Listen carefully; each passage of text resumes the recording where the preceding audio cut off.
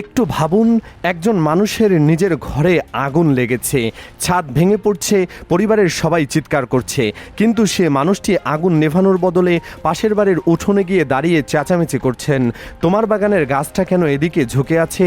শুনতে পাগলের প্রলাপ মনে হচ্ছে, তাই না? কিন্তু ঠিক এই কাজটাই করে চলেছেন ভারতের একজন শীর্ষ রাজনীতিবিদ।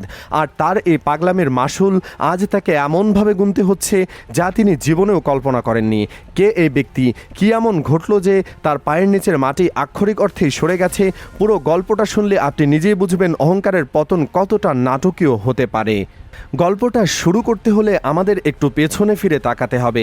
গত কয়েক মাসে ভারতের রাজনৈতিক মঞ্চে এমন কিছু চরিত্রের সামনে এসেছেন যারা নিজেদের দেশের সমস্যা সমাধানের বদলে প্রতিবেশী দেশ নিয়ে অদ্ভুত ব্যস্ততা দেখিয়েছেন। বিশেষ করে পশ্চিমবঙ্গের বিরোধী দলীয় নেতা এবং রাজ্যের ক্ষমতার অন্যতম দাবিদার একজন ব্যক্তি, যিনি কিছুদিন আগেও বাংলাদেশের অভ্যন্তরীণ রাজনীতি নিয়ে এমনভাবে কথা বলছিলেন যেন বাংলাদেশ তার নিজের জেলা। সীমান্তে কাঁটাতার নিয়ে নাটক, প্রতিবেশী দেশের সরকারকে অবৈধ ঘোষণা, এমনকি এমন সব বক্তব্য যা কূটনৈতিক ভদ্রতার সীমানা ছাড়িয়ে গেছে।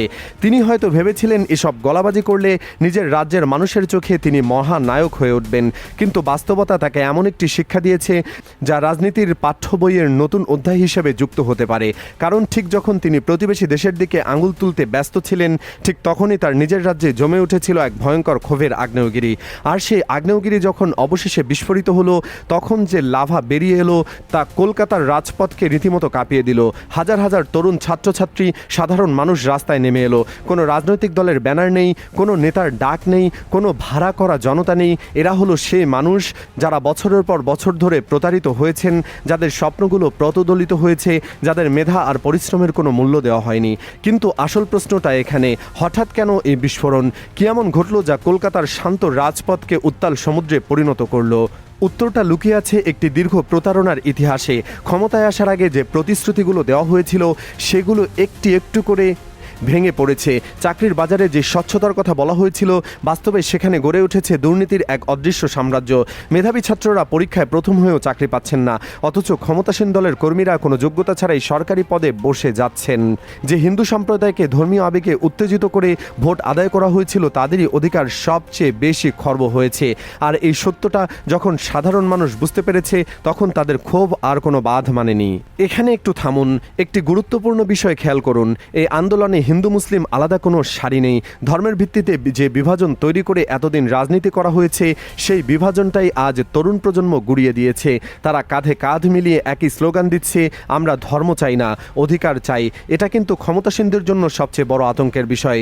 কারণ যতদিন মানুষকে ধর্মের নামে ভাগ করে রাখা যায়, ততদিন ক্ষমতা টিকিয়ে রাখা সহজ। কিন্তু যেই মুহূর্তে মানুষ ধর্মের বদলে অধিকারের ভিত্তিতে ঐক্যবদ্ধ হয়, সেই মুহূর্তেই ক্ষমতার ভিত কাঁপতে শুরু করে। আর ঠিক সেটাই এখন ঘটছে কলকাতায়। কিন্তু গল্পটা শুধু কলকাতায় সীমাবদ্ধ নয়, একটু বড় ছবিটা দেখুন। পুরো ভারত জুড়ে এই মুহূর্তে কি চলছে? মধ্যপ্রদেশে অধিবাসী সম্প্রদায় তাদের ভূমি আর বনের অধিকার রক্ষায় রাস্তায় নেমেছে। পুলিশের ব্যারিকেড ভেঙে তারা এগিয়ে যাচ্ছে। মিরপুরে জাতিগত সংঘাত নতুন করে মাথাচাড়া দিয়ে উঠেছে, যেখানে কেন্দ্রীয় সরকার মাসের পর মাস ধরে কার্যত নীরব দর্শকের ভূমিকা পালন করেছে। গুজরাট, যেটাকে বলা হয় শাসক দলের নিজের ঘর, সেখানেও কৃষকদের বিক্ষোভ তীব্র হচ্ছে। আর পাঞ্জাবের কৃষকরা, যারা আগেও দিল্লির সিংহাসন কাঁপিয়ে দিয়েছিল, তারা আবারও রাজধানীর দিকে পা বাড়িয়েছেন। মানে চারদিক থেকে আগুন জ্বলছে, অথচ ক্ষমতায় বসা মানুষগুলো পড়ে আছেন প্রতিবেশীর বাগানের ছাদ নিয়ে। এই পুরো পরিস্থিতির পেছনে একটি গভীর কারণ আছে, যেটা অনেকেই এড়িয়ে যান। দিল্লিতে যে সরকার বসে আছে, তার ভিত্তিটা আসলে কতটা মজবুত? গত লোকসভা নির্বাচনের দিকে তাকালেই উত্তর পরিষ্কার। একক সংখ্যাগরিষ্ঠতা পাওয়ায় ক্ষমতা হারিয়ে মাত্র 250-র কাছাকাছি আসনে আটকে গেছে শাসকরা। এখন দুজন আঞ্চলিক নেতার কাঁধে ভর করে চলছে পুরো সরকার। এই দুইজন নেতা যদি কোনো একদিন সকালে উঠে মত বদলান, তাহলে সন্ধ্যার আগে তাসের ঘরের মতো ভেঙে পড়বে দিল্লির পুরো কাঠামো।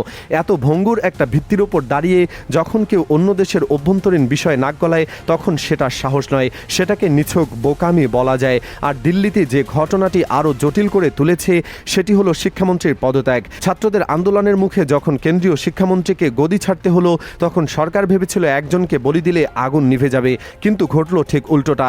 এই পদত্যাগ যেন সারা দেশের তরুণদের বলে দিল, চাপ দিলে আরও পিছু হটে।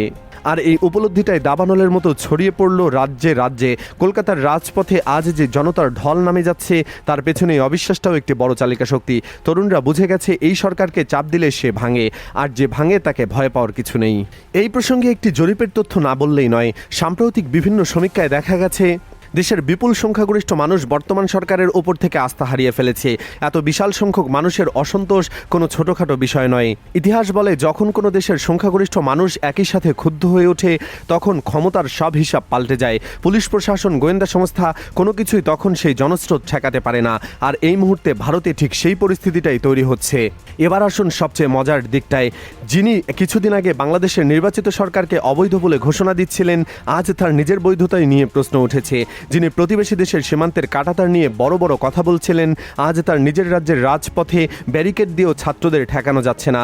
যিনি অন্য দেশের নেতাকে হুমকি দিচ্ছিলেন, আজ তার নিজেদের দলের কর্মীরাও প্রকাশ্যে অসন্তোষ প্রকাশ করছে। এটাকে কি শুধু রাজনৈতিক পরিবর্তন বলবেন, নাকি এটা কর্মফলের নির্মম প্রতিদান? ইতিহাসের পাতা উল্টালে একটি সত্য বারবার সামনে আসে। যে শাসক নিজের জনগণের কষ্ট না দেখে অন্যের ঘরে মাতব্বরি করতে চায়, তার পতন অবধারিত। রোমান সাম্রাজ্যের পতন হয়েছিল কারণ তারা সীমানা বাড়াতে গিয়ে ভেতরের সমস্যা ভুলে গিয়েছিল। ব্রিটিশ সাম্রাজ্য ভেঙে পড়েছিল কারণ তারা পৃথিবী শাসন করতে গিয়ে নিজেদের দেশের মানুষের কথা ভুলে গিয়েছিল। আর আজ ঠিক একই ভুল করছেন তারা, যারা বাংলাদেশের ভেতরের রাজনীতি নিয়ে মাথা ঘামাতে গিয়ে নিজের দেশের তরুণ প্রজন্মের ক্ষোভটাকে পুরোপুরি উপেক্ষা করেছেন। আর এই প্রজন্মকে চেনা দরকার ভালো করে। এরা সোশ্যাল মিডিয়ার প্রজন্ম, এরা তথ্য যাচাই করতে জানে, এদের চোখে ধর্মের পর্দা টেনে সত্য ঢাকা যায় না। এরা দেখেছে যে ধর্মের নামে ভোট নেওয়া হলেও ক্ষমতায় বসার পর সেই ধর্মের মানুষদেরই সবচেয়ে বেশি বঞ্চিত করা হয়েছে। চাকরি নেই, শিক্ষার মান তলানিতে, দ্রব্যমূল্য আকাশ ছোঁয়া, আর এসবের সমাধান দেওয়ার বদলে নেতারা ব্যস্ত প্রতিবেশী দেশকে গালি দিতে। এই প্রজন্ম বোকা নয়, তারা বুঝে গেছে যে বাংলাদেশ নিয়ে গলাবাজি, সীমান্তের নাটক, এসব হলো মূল সমস্যা থেকে চোখ ঘোরানোর সস্তা কৌশল। আর সেই কৌশলের মেয়াদ এখন পুরোপুরি ফুরিয়ে গেছে। কলকাতার রাজপথে আজ যে দৃশ্য দেখা যাচ্ছে, সেটা কোনো বিচ্ছিন্ন ঘটনা নয়, এটা একটি বড় পরিবর্তনের সূচনা। সারা ভারত জুড়ে যে অসন্তোষের আগুন জ্বলছে, কলকাতা তার একটি স্ফুলিঙ্গ মাত্র। প্রশ্ন হলো, এই আগুন কি শুধু ধোঁয়া হয়ে মিলিয়ে যাবে, নাকি এটি এমন একটি দাবানলে রূপ নেবে যা পুরো রাজনৈতিক মানচিত্র পাল্টে দেবে? ইতিহাসে একটি কথা বারবার প্রমাণিত হয়েছে, জনতার ক্ষোভকে যে সরকার পুলিশ দিয়ে দমন করতে চায়, সেই সরকারের আয়ু খুব বেশি দিন টিকে থাকে না। লাঠি আর টিয়ার গ্যাস দিয়ে হয়তো একদিন, 2 দিন, 1 সপ্তাহ ঠেকানো যায়, কিন্তু লক্ষ লক্ষ ক্ষুধার্ত, বঞ্চিত, প্রতারিত মানুষের স্রোতকে চিরকাল আটকে রাখার ক্ষমতা পৃথিবীর কোনো সরকারের নেই। সেটা বাংলাদেশেও দেখা গেছে, সেটা শ্রীলঙ্কায়ও দেখা গেছে, আর এখন সেই একই চিত্র ভারতের বুকেও ফুটে উঠতে শুরু করেছে। তাহলে শেষ প্রশ্নটা রইল আপনার কাছে, যে নেতা প্রতিবেশীর ঘর ভাঙতে গিয়ে নিজের ঘরে আগুন লাগিয়ে ফেলেছেন, তার পরিণতি কি হবে বলে আপনি মনে করেন? কলকাতার রাজপথে আজ যে ঢেউ উঠেছে, সেটা কি শুধু একটি রাজ্যের গল্প, নাকি এটা পুরো ভারতের আসন্ন রাজনৈতিক ভূমিকম্পের পূর্বাভাস? আর সবচেয়ে বড় কথা, যে দেশের নেতা নিজের জনগণের কথা না শুনে অন্যের দেশ নিয়ে ব্যস্ত থাকেন, সে দেশের ভবিষ্যৎ কোন দিকে যাচ্ছে?